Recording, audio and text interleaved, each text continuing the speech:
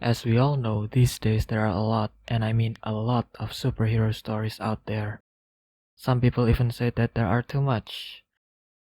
And that means there are a lot of stories that try to do things differently in order to stand out, by doing things like subverting the tropes or deconstructing the genre entirely, for example. Now, this story that I'm talking about here, it doesn't try to deconstruct or subvert anything. This story that I'm talking about reconstructs the superhero genre in a way that I think makes it not only unique to the genre, but I personally also consider it as one of the best, if not the best, superhero stories out there.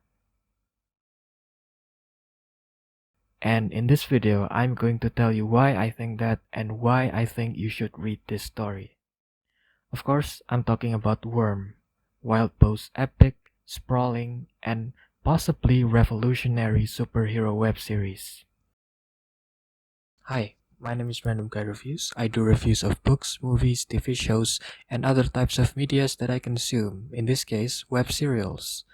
And I'm doing a review slash video essay, I don't know what it is exactly, of Wildbow's Worm, a web serial spanning literal millions of words. If you enjoyed the video, please feel free to leave a like and a comment, and also maybe even subscribe if you want to see more content like this.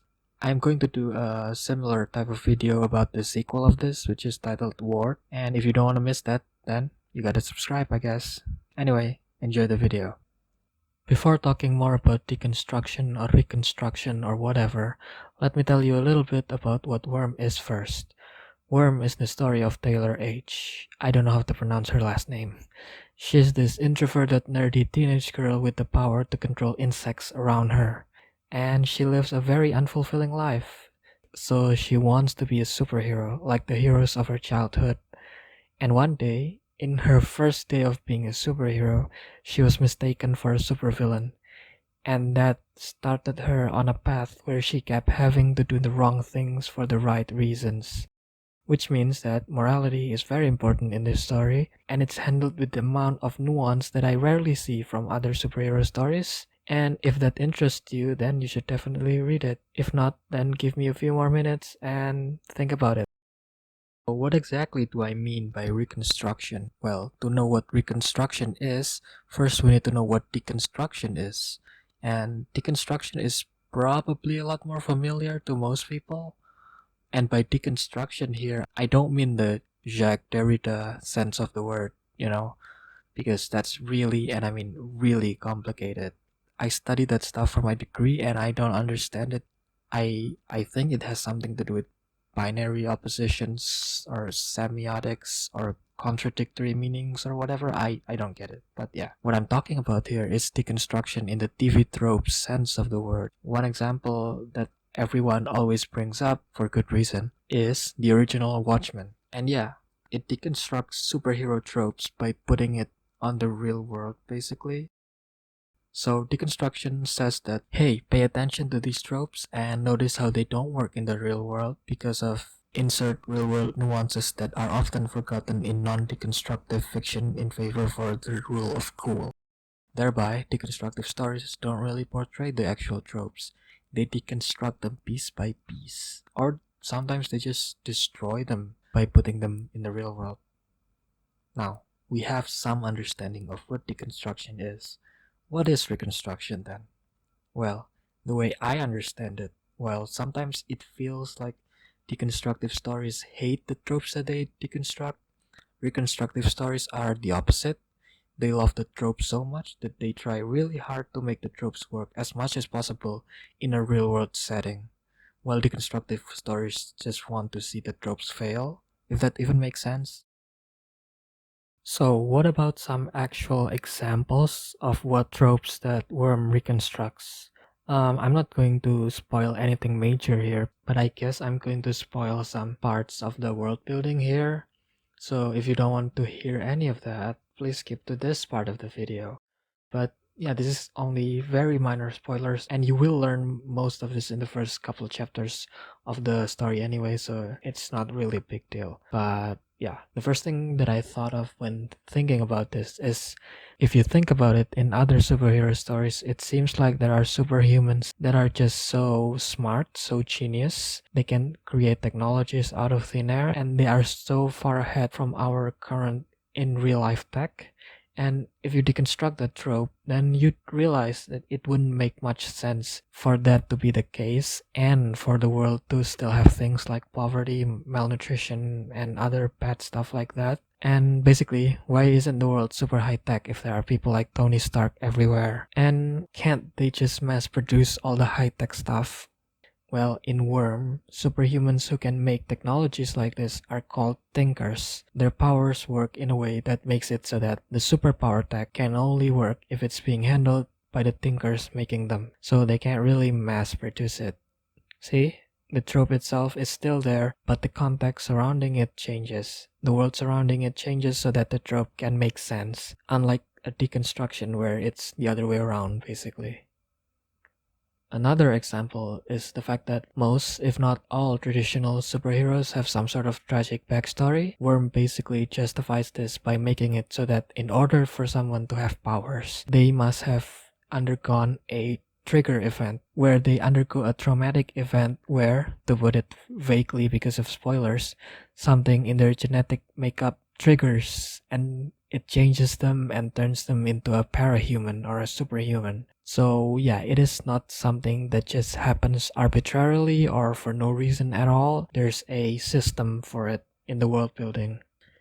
One final example, which is probably my favorite one that I can say without spoilers, is the fact that many, if not most, of the fights between the heroes and villains never result in deaths. This is true in Worm as well, but not just as an arbitrary fact that you just have to accept. This is true because of the fact that the dynamics between the heroes and the villains is like a very high stakes cops and robbers game. The reason why most heroes and villains don't truly go all out is so that they don't run out of things to fight. Collateral damages are already covered by the system, so the fights between the hero and the villain are more like a spectacle than anything else. There are merchandise and fan culture around them, and they're always on the news, and things like that's why the system encourages this cycle of violence, because it's a good use of powers for the parahumans, and it's either fun or profitable for everyone else. And I haven't even talked about the more cosmic reconstructions, which I think are even more compelling than the ones that I've mentioned. Basically, if you ever ask about things like, where do these superheroes get their powers from, or why do these superheroes have this particular power? Well, Worm has answers to questions like that.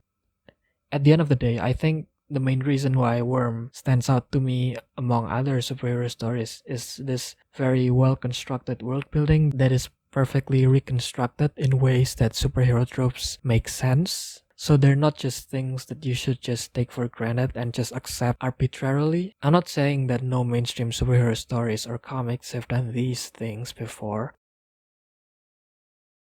but I am saying that I have never seen or read any that is this systemic and thorough in their reconstruction, to the point that even the small details have some sort of well thought out reconstructive world building behind it. It's like every little part of the world just feels like the natural progression of events. It's not arbitrary or just there for no reason at all, basically. And yeah, I really, really like that.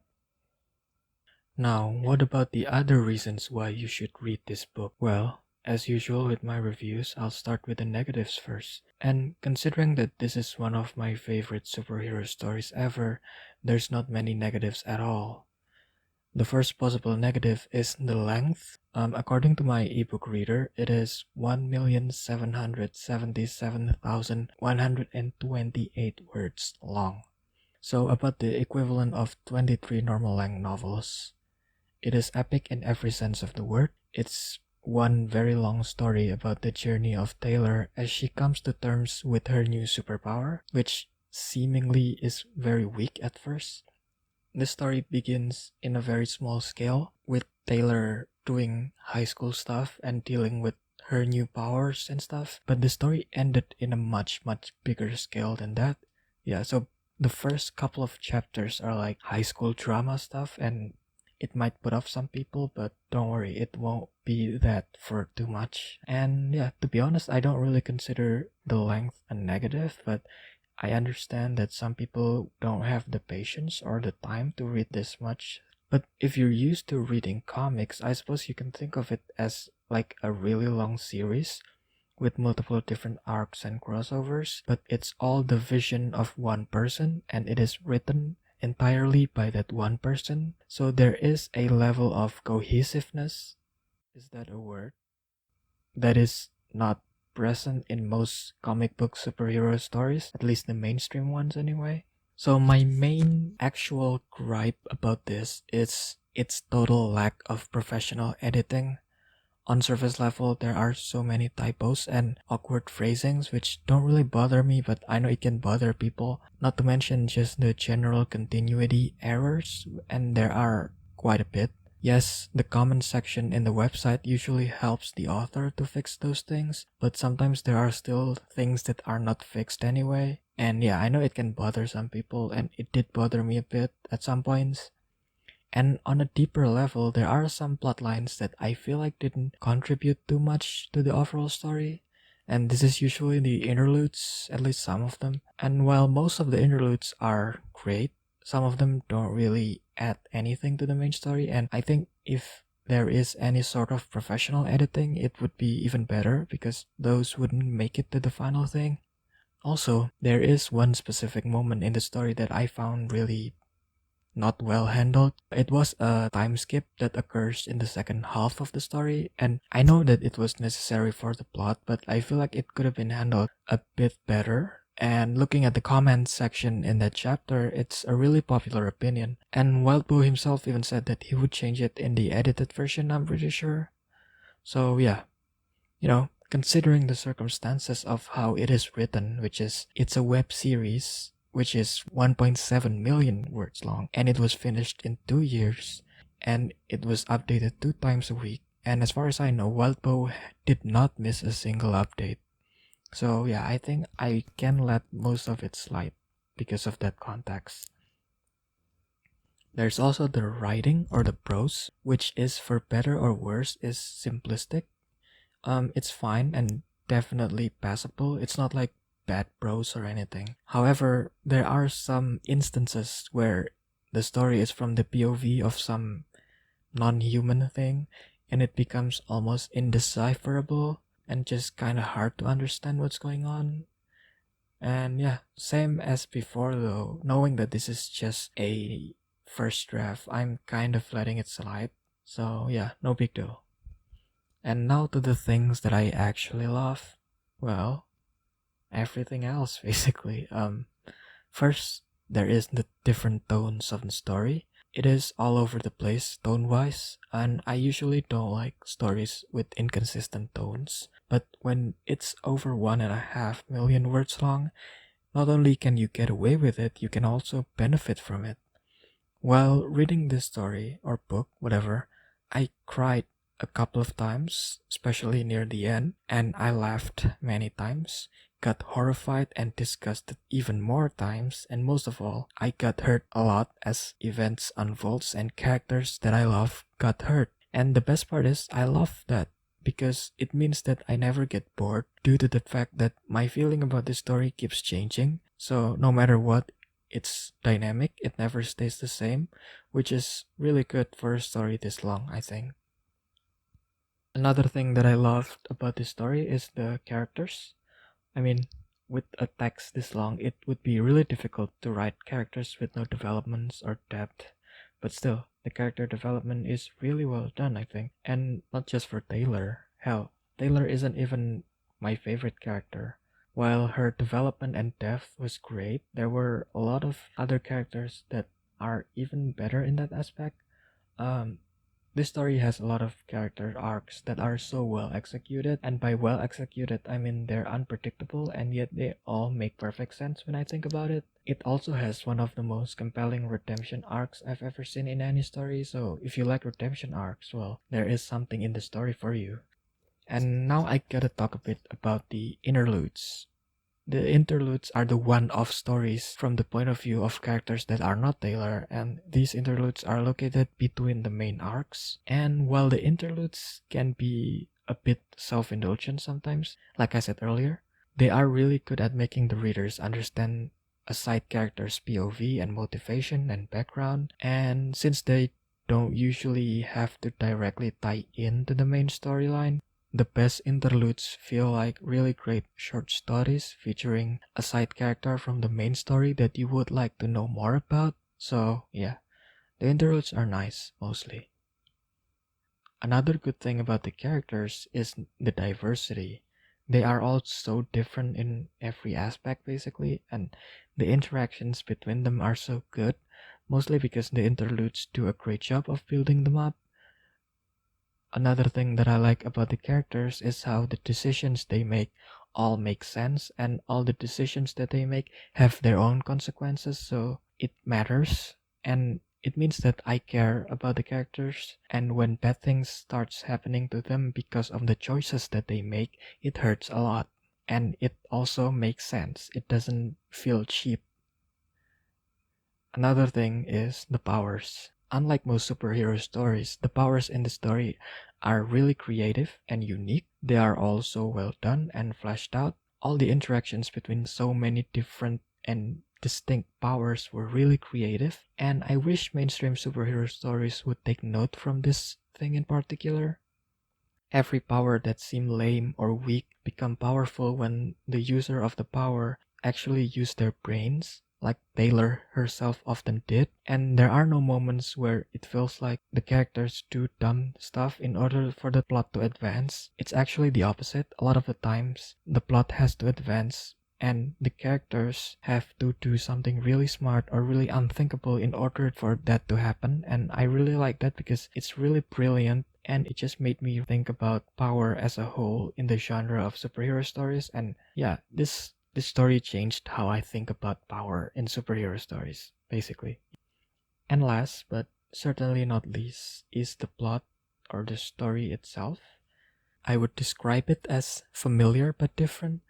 I think that's a good way to describe it, and I mean that in the best possible way. Every time I think something is about to happen, I was almost always wrong, and even though there are a lot of familiar elements because of the tropes that are used, like I said earlier, everything is reconstructed, so it makes sense in a different way than in most other superhero stories, and I just love actually not knowing what happens next. Even though everything seems familiar, it keeps me on the edge of my seat. And like I elaborated at the beginning, the way the story does its own takes of established superhero tropes is one of the biggest reasons I enjoy it so much. Another thing that I like about the plot is how it always gets worse, but in a way that is still compelling, and it's just so easy for me to actually care about what is happening. The ever-increasing intensity and stakes was really well done and never felt cheap or weightless like a lot of big-scale stories are. Overall, I just think that Worm is good and more people should read it. It saddens me a little bit whenever I think that superhero as a genre is rising in popularity, but this story in particular doesn't, and it keeps on becoming this hidden gem or whatever because of its format or length or whatever. It's just a shame that most superhero fans have never even heard of it. So yeah, that's part of the reason why I made this video, and I hope I can get at least some of you to read it. And if you do, let me know in the comments what you think about it so far. And if you had read it before watching this video, also let me know what you think about it as a whole. And don't forget to leave a like and maybe subscribe if you want to see my video on Worm's even better sequel, which is Ward. And yeah, thanks for watching. I hope you enjoyed it. Bye.